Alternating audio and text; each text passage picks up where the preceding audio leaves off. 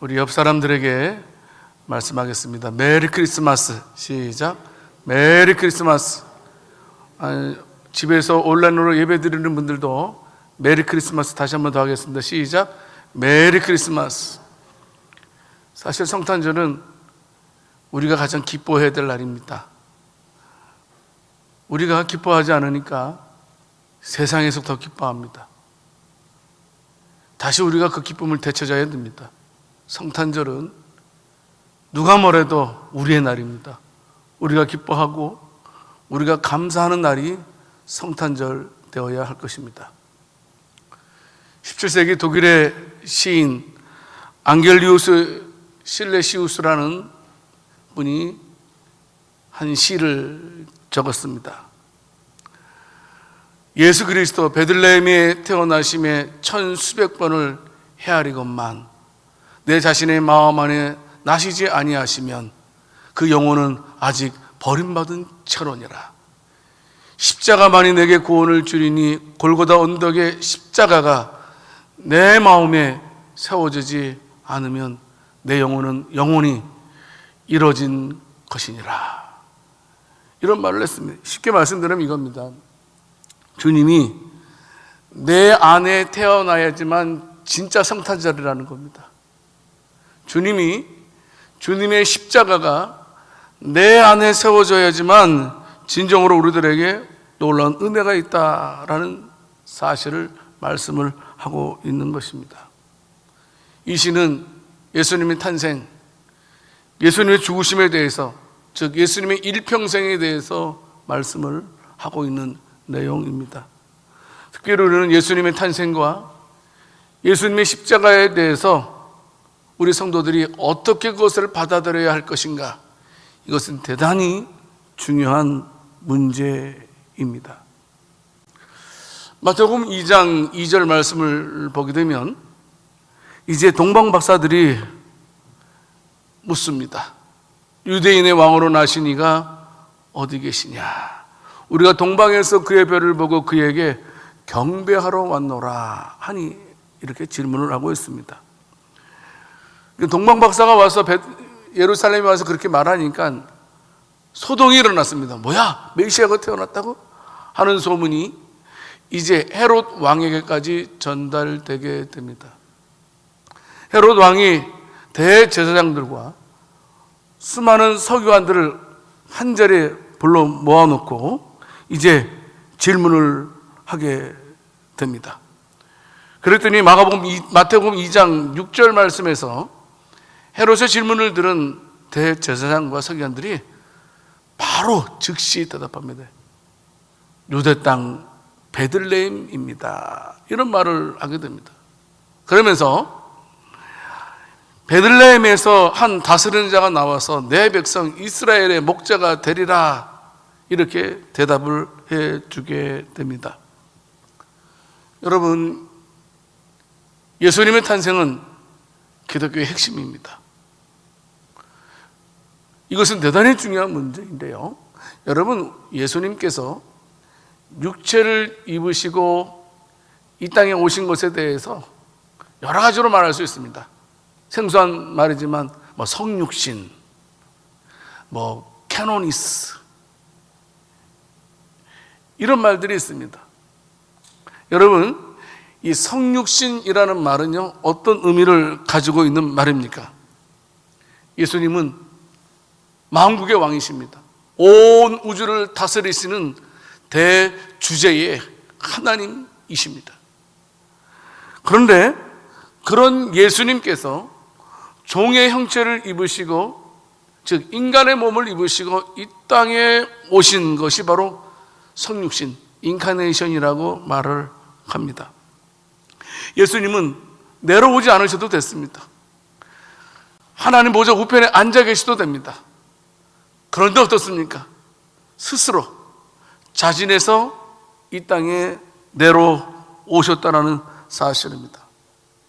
예수님께서 인간의 몸을 입으시고 이 땅에 내려오신 이 사건은 바로 기독교의 핵심 교리이기도 하고 구속 역사의 가장 중요한 중심과도 같은 내용입니다. 그래서 바울도 디모데전서 3장 16절 말씀에서 크도다 경건의 비밀이여 이렇게 말씀을 하고 있는 것을 보게 됩니다. 여기서 경건의 비밀이라는 말은 복음의 진리를 가리키는 말입니다. 즉 예수 그리스도이심을 선포하는 겁니다. 예수님이 그리스도이십니다 라고 선포하고 있다는 사실입니다. 고린도후서 8장 9절 말씀에서도 내려오신 예수님이 어떤 분이시냐, 부유하신 하나님인데 너희를 위해서 가난하게 되셨다라고 성육신에 대해서, 인간의 몸을 입고 오신 것에 대해서 말씀을 하고 있습니다. 예수님의 제자 요한도 요한복음 1장 14절 말씀에서 예수님의 성육신에 대해서 참으로 아버지의 독생자의 영광이요 은혜와 진리가 충만하다 이렇게까지 표현을 하고 있습니다. 자, 그러면 그 크신 하나님이신 예수 그리스도, 예수님께서 하늘 보좌에 앉아 계시지 않고 왜 이 땅에 오셨는가 하는 겁니다. 여러분, 다른 거 없습니다. 이유 없습니다. 예수님께서 하늘에서 이 땅으로 내려오신 것은 뭐냐면 우리를 죄와 사망에서 구출하시기 위해서 오셨다라고 칼빈은 말을 하고 있습니다. 여러분, 우리가 좀 다시 한번 복습해 볼 필요가 있습니다. 예수님께서 이 땅에 인간의 몸을 입고 오신 이 성육신 하신 이유가 뭐냐라는 겁니다. 첫 번째는 예수님께서 성육신 하신 것은 자기 목숨을 많은 사람의 대성물로 주시려고 이 땅에 오셨다. 마태복음 20장 28절 말씀에서 말씀하고 있습니다. 그런데 여기서 특이한 단어가 대성물이라는 단어입니다. 이 대성물이라는 말은 죗값을 지불하다라는 말입니다. 좀 더 넓게 해석하면 종을 돈으로 사서 자유인으로 놓아주다, 구속이라는 말과 같습니다. 예수님께서 죄와 사망에서 우리를 자유케 하시기 위해서 대성물로 죽으셨다라는 사실입니다. 두 번째로 예수님께서 성육신이 되신 그 이유는 바로 죄인을 부르려고 이 땅에 오셨다라는 사실입니다. 예수님은요, 의인을 부르러 온 것이 아닙니다. 예수님은요, 죄인을 부르러 이 땅에 오셔서 십자가에 죽으시기 위해서 이 땅에 오셨다라는 사실입니다. 또 예수님께서 이 땅에 오신 이유는 뭐냐 하면 진리에 대해서 증거하시려고 오셨다라고 말씀을 하고 있습니다. 성도 여러분, 무슨 말씀입니까? 이 말씀은 예수 그리스도만이 유일한 구원자 되심을 알리기 위해서, 보여주시기 위해서 이 땅에 오셨다. 성도 여러분, 예수님만이 우리의 유일한 구원자 되심을 알리기 위해서 오셨다는 사실입니다. 네 번째는 무엇입니까? 성육신하신 이유는 바로 죄인들을 구원하시려고 오셨다라는 사실입니다. 죄인을 구원하시려고 세상에 임하셨다. 성경은 말씀을 하고 있습니다. 다섯 번째로 예수님께서 인간의 몸을 입고 오신 것은 뭐냐 하면 마귀의 일을 멸하시려고, 요한일서 3장 8절에서 말씀하고 있습니다. 마귀의 일은 무엇입니까? 마귀가 이 땅에 와서 하는 일은 뭐냐면 모든 인생들에게 죄를 짓게 한다는 겁니다. 죄를 짓게 못하도록 하기 위해서 예수님께서 오셨다 말씀하고 있습니다. 예수님께서 성육신하신 여섯 번째 이유는 바로 잃어버린 자들을 구원하려고 예수님께서 이 땅에 오셨다라는 사실입니다. 성도 여러분, 분명하게 예수님께서 성육신 하신 것에 대한 분명한 이유와 목적이 있었다라는 사실입니다. 그러므로 우리는 오늘 본문 말씀을 통해서 예수 그리스도의 성탄을 맞이하는 저와 여러분들 어떤 자세로 맞이해야 될 것인가? 특별히 예수 그리스도의 성탄을 맞이하는 많은 사람들이 있는데 그 많은 사람들이 두드러지게 두 종류로 볼 수 있다는 겁니다. 좀 좁게 말씀드리면 교회 다니는 사람 가운데서도 두 종류의 사람이 있다는 것을 볼 수가 있습니다. 우리는 오늘 예수님의 탄생하심을 통해서, 그리고 또 본문의 말씀을 통해서 어떤 종류의 성도들이 있는지, 신자들이 있는지, 그리고 과연 나는 어떤 사람이 되어야 하는가에 대해서 말씀을 듣도록 하겠습니다. 오늘도 세 가지를 말씀을 드리겠습니다. 이 세상에는, 그리고 교회 안에는 어떤 사람이 있습니까? 첫 번째는 성경을 아는 사람과 성경을 믿는 사람들이 있다라는 사실입니다. 헤롯 왕 때에 예수님께서 유대 베들레헴에서 탄생하셨습니다. 오늘 보면 마태복음 2장 2절 말씀을 통해서 보게 되면 아기 예수님께 경배하기 위해서 동방박사들이 찾아오게 됩니다. 그리고 찾아온 동방박사들은 이제 예루살렘 사람들에게 묻습니다. 유대인의 왕으로 나신 이가 어디 계시냐? 아까도 말씀드렸지만 동방박사의 말을 듣고 헤롯 왕은 이제 마태복음 2장 4절 말씀에서 이제 대제사장들과 백성의 서기관들을 모아놓고 예수님이, 그리스도가 어디서 태어나느냐라고 묻게 됩니다. 이에 대해서 대제사장들과 서기관들은 마태복음 2장 5절 6절 말씀에서 지체하지 않고 대답을 합니다. 예, 그리스도는 유대 베들레헴에서 태어납니다.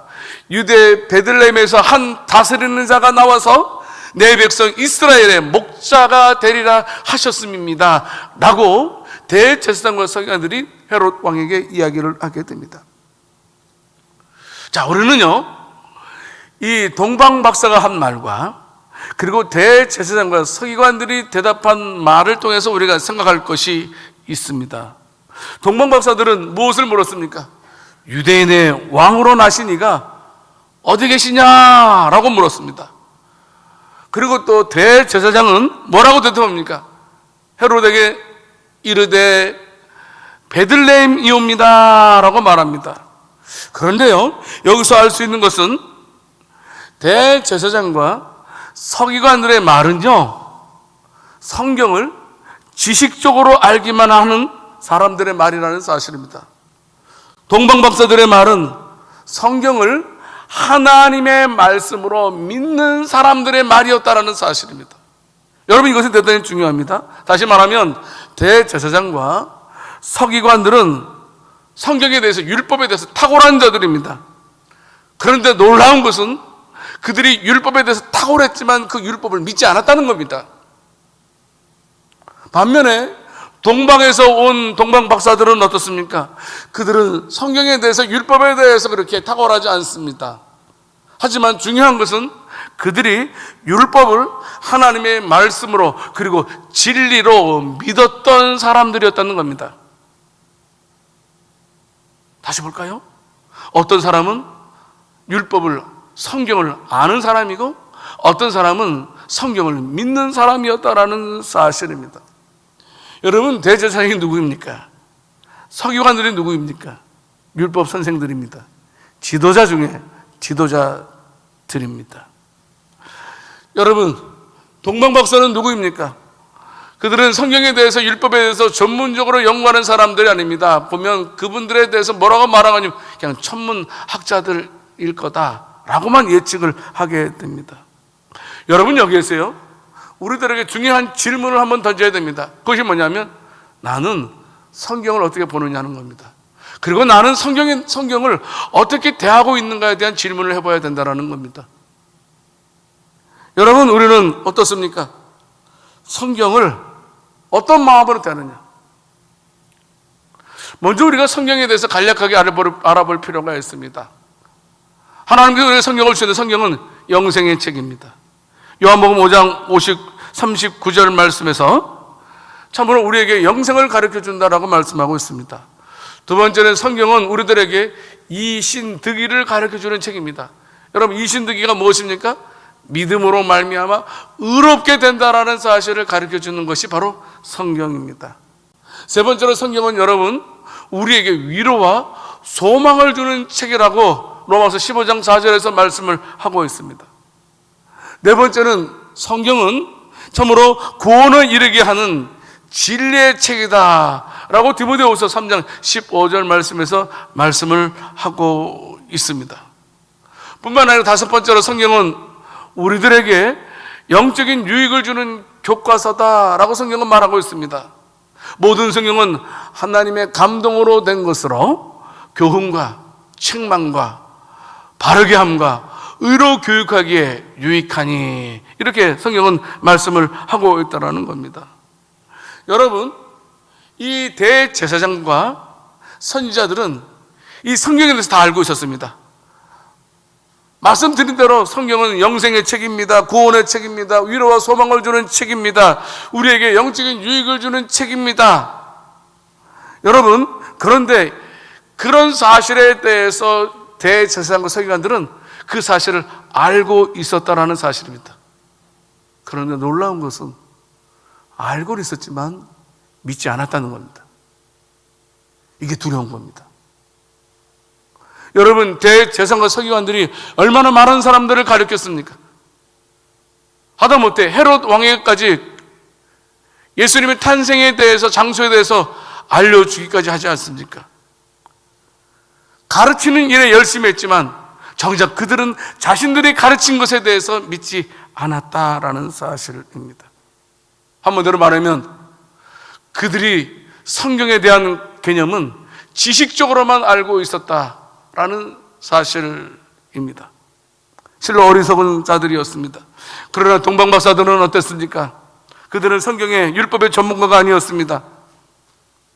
밤하늘에 나타난 별을 보고, 이 별이야말로 민수기 24장 17절 말씀에 발란 선지자가 예언한 그 말씀, 구원자, 한 별이 야곱에게서 나오면 한 규가 이스라엘에서 일어나서 모압을 이쪽에서 저쪽까지 쳐서 무찌르고 또 셋의 자식들을 다 멸하리로다. 한 구원자가 나타날 것이다. 한 별이 나타난다. 그래서 어떻습니까? 이 동방박사들은 그 별을 보고 하나님의 말씀이 진리인 것으로 믿고 그 별을 보고 예루살렘에까지 이르게 되었다는 사실입니다. 성경을 얼마나 아느냐? 물론 중요합니다. 그러나 더 중요한 것이 있습니다. 성경을 믿느냐는 겁니다. 얼마나 의심 없이 믿느냐, 그것에 달려있다는 겁니다. 대제사장이나 서기관들은 성경을 이론적으로 지식적으로는 알았지만 그것을 믿지 않았다는 겁니다. 동방박사들처럼 성경을 지식적으로는 잘 알지 못해도 성경을 그대로 하나님의 말씀으로 믿는 사람들, 그들이 바로 동방박사들이었다는 사실입니다. 여러분, 어떤 자에게 이적이 일어날까요? 기적이 나타날까요? 은혜가 임할까요? 성경을 아는 자에게 임하는 것이 아닙니다. 성경을 믿는 자에게 하나님의 놀라운 은혜가 임한다는 사실을 우리는 알고 있어야 됩니다. 이 시간 성탄절을 맞이해서 우리는 분명히 다시 한번 확인해야 됩니다. 나는 성경을 알고 있는 자인가, 믿고 있는 자인가? 성경을 믿을 때 이 성탄절이 우리에게 뜻깊은 성탄절이 되는 줄을 믿으시기를 바랍니다. 내가 만약에 이 성탄절을, 예수님의 나심을 믿지 아니한다면 이 성탄절은 우리에게 불신자와 똑같은 성탄절에 불과하다라는 사실입니다. 성탄절은 감사의 날입니다. 기쁨의 날입니다. 축제입니다. 왜요? 주님께서 나를 위해서 십자가에 죽으시기 위해서 이 땅에 오신 구원의 날의 시작이기 때문입니다. 예수님의 탄생하심을 믿고 예수님을 따라갈 수 있는 복된 저와 여러분들이 다 될 수 있기를 살아계신 주님의 이름으로 축원합니다. 두 번째로, 어떤 사람이 있습니까? 마음의 문을 닫는 사람이 있고 마음의 문을 여는 사람이 있다는 사실입니다. 헤롯은 어떤 사람이었습니까? 마음을 그리스도에 대해서 꽁꽁 닫은 사람이었습니다. 동방박사 사람들은 어떤 사람이었습니까? 예수님에 대해서 마음의 문을 활짝 연 사람이었다라는 사실입니다. 헤롯은 대제사장과 서기관들이 가르쳐 줬음에도 불구하고 그 사실에 대해서 거부했습니다. 마음을 닫았다라는 사실입니다. 그는 마음을 닫고 있었기에 대제사장과 서기관들이 하는 하나님의 말씀을 믿지 않았다라는 사실입니다. 성도 여러분, 마음을 닫은 사람들의 특징을 오늘 말씀을 통해서 보게 되면 두 가지로 볼 수 있습니다. 마태복음 2장 16절 말씀을 통해서 보게 되면 헤롯이 박사들에게 속은 줄 알고 심히 노했다라고 말씀을 하고 있습니다. 여러분, 그리스도에 대해서 마음을 닫은 사람들은 항상 헤롯과 같은 증오와 적의 마음을 가진다라는 사실입니다. 여러분, 그래서 결국은 예수님을 죽이려고 하지 않습니까? 메시아를 죽이려고 해요. 있을 수 없는 일입니다. 마음이 닫혀있기 때문에. 마음이 열려있다면 어찌 예수님께 나아가지 않겠습니까? 마음이 열린 자가 어떻게 예수님을 죽일 수 있겠습니까? 대제사장과 서기관들처럼 무관심한 자들이 마음이 닫혀있을 때의 특징입니다. 성도 여러분, 우리는 이 시간 내 마음이 열려있는지 내 마음이 닫혀있는지를 살펴봐야 된다는 사실입니다. 동방박사들은 마음의 문을 열고 있었기에 말씀에 기록된 대로 순종할 수 있고 그들은 참으로 베들레헴을 향해서 나아갔던 것입니다. 여러분, 동방박사들은 어떻습니까? 예수님에 대해서, 메시아에 대해서 마음이 열려 있었기에 자신들의 모든 것을 다 내려놓고 예수님께 경배할 수 있었습니다. 그리고 예수님께 나아가서 황금과 유향과 모략을 예물로 드리는 일을 행하게 됩니다. 여러분, 동방박사들이 아기 예수께 황금을 바쳤다는 것, 그리고 유향과 모략을 바쳤다는 의미는 무엇입니까? 황금은 예수님의 왕권을 말합니다. 유향은 예수님의 신성을 의미합니다. 모략은 예수님의 인성을 가리킵니다. 무슨 말입니까? 예수님은 그리스도다, 이렇게 고백을 하였다는 말과도 같습니다. 여러분, 그렇습니다. 예수님에 대해서 마음이 열려있는 사람만이 예수님이 유일한 구원자입니다 라고 고백할 수 있다는 사실입니다. 마음에 닫혀있는 사람들은요, 절대로 믿어지지 않습니다. 믿으려고 하지도 않습니다. 자기 생각을 믿습니다. 자기 판단만 믿습니다. 그리고 예수님이 구절하는 사실을 절대로 인정하고 싶지도 않습니다. 성도 여러분, 우리는 예수님에 대해서 마음이 열려 있습니까? 아니면 아직까지도 예수님에 대해서 마음이 닫혀 있습니까? 우리는 이번 성탄절을 통해서 예수님에 대해서 마음이 열린 상태에서 마치 동방박사들이 황금과 유향과 모략을 드렸던 것처럼 우리들도 주는 그리스도시요 살아계신 하나님의 아들입니다라는 귀한 예물을 드릴 수 있는 저와 여러분들 다 될 수 있기를 살아계신 주님의 이름으로 축원합니다. 세 번째로 어떤 사람이 있습니까? 말만 앞세우는 사람과 행동으로 옮기는 사람이 있다라는 사실입니다. 오늘 본문 마태복음 2장 7절 8절 말씀을 보게 되면 헤롯이 가만히 박사들을 불러서 별이 나타난 때를 자세히 묻고, 여러분, 베들레헴으로 보내면서 뭐라고 말하고 있습니까? 아기를 만나게 되면 나한테도 알려달라. 그럼 나도 가서 그에게 경배하겠다, 이런 말을 하게 됩니다. 여러분, 그런데 그가 어땠습니까? 진짜로 예수님께 경배하려고 했던 자입니까? 그렇지 않습니다. 실천에 옮기지 않습니다. 그러나 동방박사는 어떻습니까? 말만 한 것이 아니고 행동으로 실제로 예수님께 나아가서 경배하는 모습을 볼 수가 있습니다. 마태복음 2장 2절 말씀에서 예수님이 어디 계시냐 말했죠. 그래서 마태복음 2장 9절 말씀을 보게 되면 이제 박사들의 왕의 말을 듣고 이제 베들레헴으로 갑니다. 마태복음 2장 11절 말씀에서 실제로 예수님께 나아가서 엎드려서 아기 예수께 경배하고 보배압을 열어서 황금과 유향과 모략을 예물로 드렸다라고 말씀하고 있습니다. 동방박사들은 실천했다라는 겁니다. 말만 앞세우는 사람이 아니라 실천에 옮기는 사람들이었습니다. 온갖 어려움도, 먼 거리입니다. 힘든 길입니다. 고통스러운 여정이 될 수밖에 없었지만 그런 거 다 마다하지 않고 메시아를 만나기 위해서, 그리스도를 만나기 위해서 몸소 실천했던 동방박사들의 모습이 아름다운 모습이 아닐 수 없습니다. 여러분, 그런데 여러분 간혹 어떤 분들이 계십니까? 말만 앞세우는 분들이 종종 있다라는 사실입니다. 말로만 천냥빛을 갚으려고 하는 사람들이 있습니다. 말로만 교회를 위해서 봉사합니다. 말로만 주님을 사랑하고 헌신한다라고 외치는 사람들이 종종 있는 것을 보게 됩니다. 예수님의 동생인 야고보도 야고보서 2장 17절 말씀에서 분명하게 말씀하고 있습니다. 행함이 없는 것은 죽은 것이다. 무슨 말씀입니까? 말만 하고 실천하지 않는 신앙은 죽은 것이다 라고 야고보도 말씀을 하고 있는 것입니다. 성도 여러분, 동만 목사는 행동으로 봉사하고 섬겼습니다. 헤롯은 동방 박사들에게 먼저 가라, 내가 뒤따라가겠다라고 말했지만 전혀 그렇게 하지 않았던 것을 우리는 말씀을 통해서 보게 됩니다. 너무나 어이가 없는 일, 말씀드렸지만 마태복음 2장 16절 마지막 부분에 하게 되면 예수님이 어디 계신지 모르니까 그 또래 모든 남자아이들을 메시아를 죽이기 위해서 다 죽이는 명령도 내리게 됩니다. 말로만 앞세웠던 헤롯입니다. 말만 하는 사람들은요, 신앙적인 모험이 없습니다. 신앙은 모험입니다.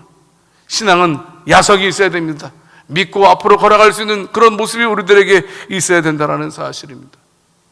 말씀을 맺겠습니다. 이 시간 우리는 내 자신에게 곰곰이 질문해 볼 수 있기를 원합니다. 나는 성경을 아는가, 믿는가? 나는 성경을 믿는 자인가? 나는 그리스도에 대해서 마음이 열려 있는 자인가? 나는 과연 말과 행동이 일치하는 자인가? 우리는 살펴봐야 된다는 사실입니다. 성도 여러분, 성탄절입니다. 구원할 자가 오셨습니다. 너무나 중요한 날입니다. 이제 남은 것은 예수 그리스도를 통해서 구원받는 일만 남았습니다. 사도행전 10장 43절 말씀에서 말씀을 하고 있습니다. 그를 믿는 자들이 다 그의 이름을 힘입어 제사함을 받는다 하였느니라. 여러분, 우리가 믿어야 됩니다. 마음을 열어야 됩니다. 그리고 말씀대로 살아갈 때에 우리들에게 놀라운 은혜가 임하는 줄을 믿으시기를 바랍니다. 여러분, 성탄절만큼 기쁜 날이 어디 있겠습니까? 성탄절이 왜 축제의 날이 되어야 됩니까? 그것은 바로 내가 예수 그리스도 인하여서, 그분으로 인하여서 구원받은 날이기 때문입니다. 여러분, 오헨리의 크리스마스 선물이라는 책이 있습니다. 여러분들 찾아보면 굉장히 단편인데, 그 책의 내용은 이렇게 되어져 있습니다. 한 도시에 가난하지만 사랑이 넘치는 부부가 살고 있었습니다. 짐이라는 남편과 델라라는 아내가 있었습니다. 어느 해 겨울이었습니다. 성탄절이 다가옵니다. 근데 가정 형편이 너무나 어려워서 아내는 남편에게 선물을 할 수가 없었습니다. 고심 끝에 부부는 각자가 각각 묘안을 짜게 됩니다. 남편 짐은 아내의 긴 머리에 꽂을 수 있는 머리핀을 사기 위해서 자기가 가장 애지중지하는 시계를 팔게 됩니다.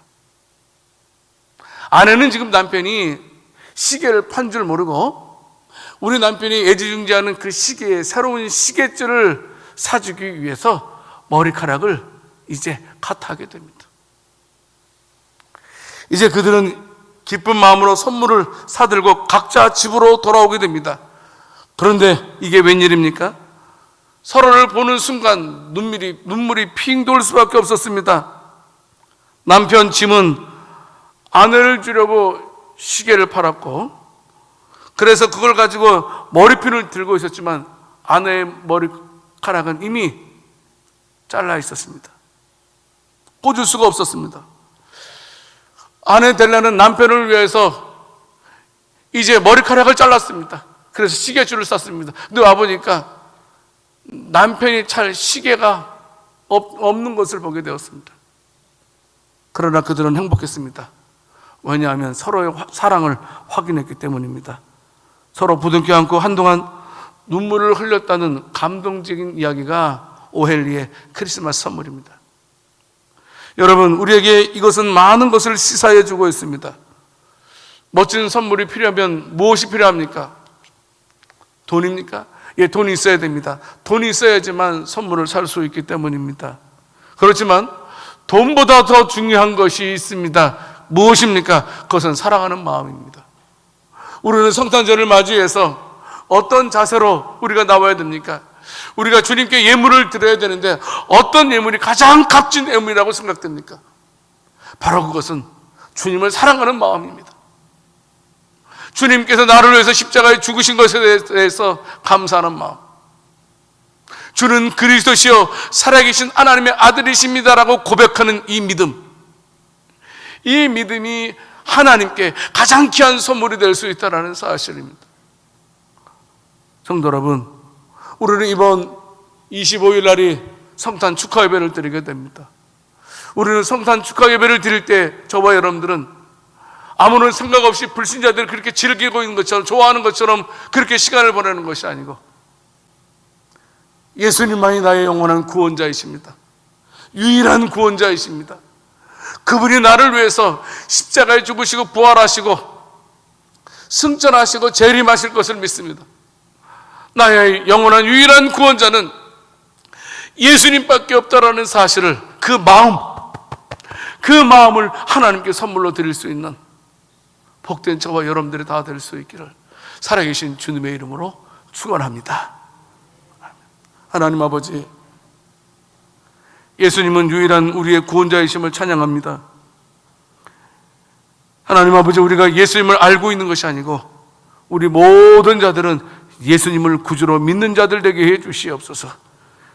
예수님에 대해서 닫힌 마음이 아니고 열린 마음으로서 주님의 말씀대로 살아갈 수 있는 복된 저희들 되게 해 주옵소서. 그래서 성탄절이 우리들에게 최고의 축제의 날이 되게 해 주시옵소서. 감사의 날이 되게 해 주실 줄 믿고 우리 주 예수 그리스도 이름으로 기도드립니다. 아멘.